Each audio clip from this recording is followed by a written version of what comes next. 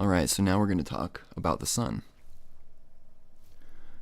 So if you pull this in a reading, very simply, it has to do with the idea of like childlike spontaneity, a sense of like jovial happiness. It's a very, very happy, very warm kind of card.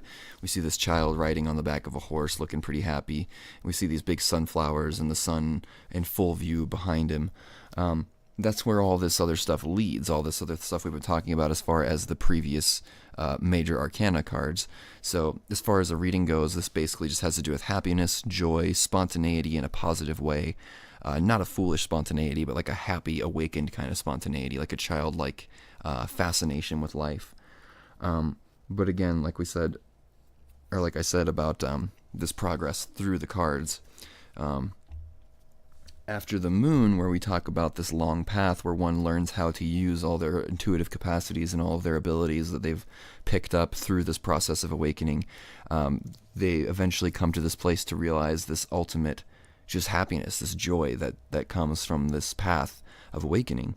And so even though the moon represents kind of a anxious, difficult path, and the tools that will be used in walking that path, this is kind of one of the part of the destination. It's not the end goal because we're getting there, but this is like a sense of like almost like merging with one's higher self, that becoming the Christ-like being that everyone has within them, and just being just shining your light effortlessly for everyone, and just being a really just a source of happiness for the world. Really, this is a very high level kind of energy. And so that basically covers the general overview of this card, I think. I don't want to overload people with too much symbolism. So, again, as far as the keywords go, jovial, happiness, spontaneity, childlike happiness, and interest with the world. Really just joy and warm feelings in general. So if you pull this in a reading, it's almost always a positive sign. So that pretty much covers that. We're going to get into the next card in the next video, which will be number 20.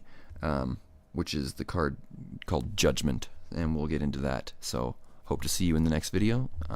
Thanks for following along.